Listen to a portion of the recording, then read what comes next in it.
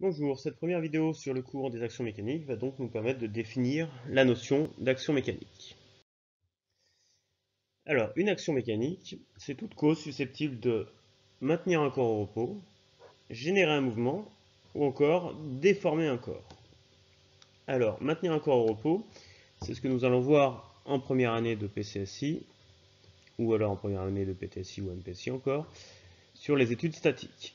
En seconde année de classe préparatoire aux grandes écoles, nous pourrons rencontrer la génération de mouvements à partir d'actions mécaniques, qui sont donc des études dynamiques. Et la notion de déformation d'un corps sera donc réservée à la filière PT ou bien TSI, avec l'étude des résistances des matériaux. Dans une action mécanique, nous avons tout d'abord la notion de force.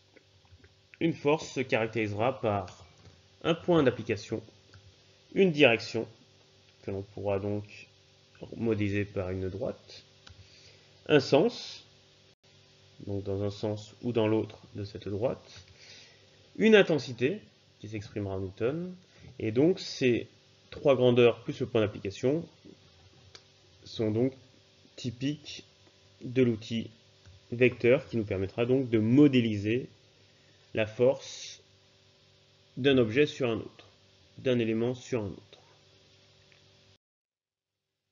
En faisant des études de mécanique du solide, on peut se rendre compte qu'une force aura des effets différents suivant son point d'application. Ainsi, si je prends une potence qui nous permet donc de soulever une charge, on peut voir ici qu'on a modélisé l'action de la charge sur la potence qui est en fait liée à l'action de la pesanteur sur la charge, donc en fait le poids de la charge sur la potence.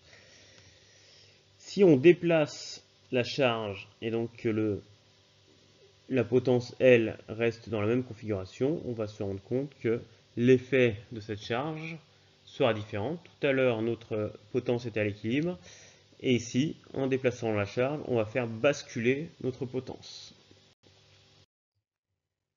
Pour caractériser ce moment d'action mécanique, on va tout d'abord remarquer on va considérer qu'un moment s'exerce autour d'un axe. Donc pour caractériser cet axe, nous aurons besoin d'un point, d'une direction et d'un sens, qui va nous permettre de caractériser l'axe, qui va nous permettre de considérer le moment, et l'intensité de ce moment qui s'exprimera en newton-mètre.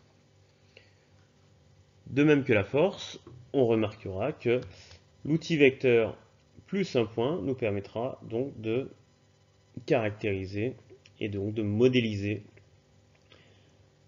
cette notion de moment d'action mécanique. Pour calculer le moment d'une action mécanique, donc ici du système 2 sur le système 1, donc l'action mécanique du système 2 du système 1, on appelle donc grand M le moment qui va s'exercer au point O. Il suffira donc d'écrire le produit vectoriel entre le vecteur OP, donc le point considéré O du moment, P le point d'application de l'effort, vectoriel la force donc du système 2 qui s'exerce sur le système 1.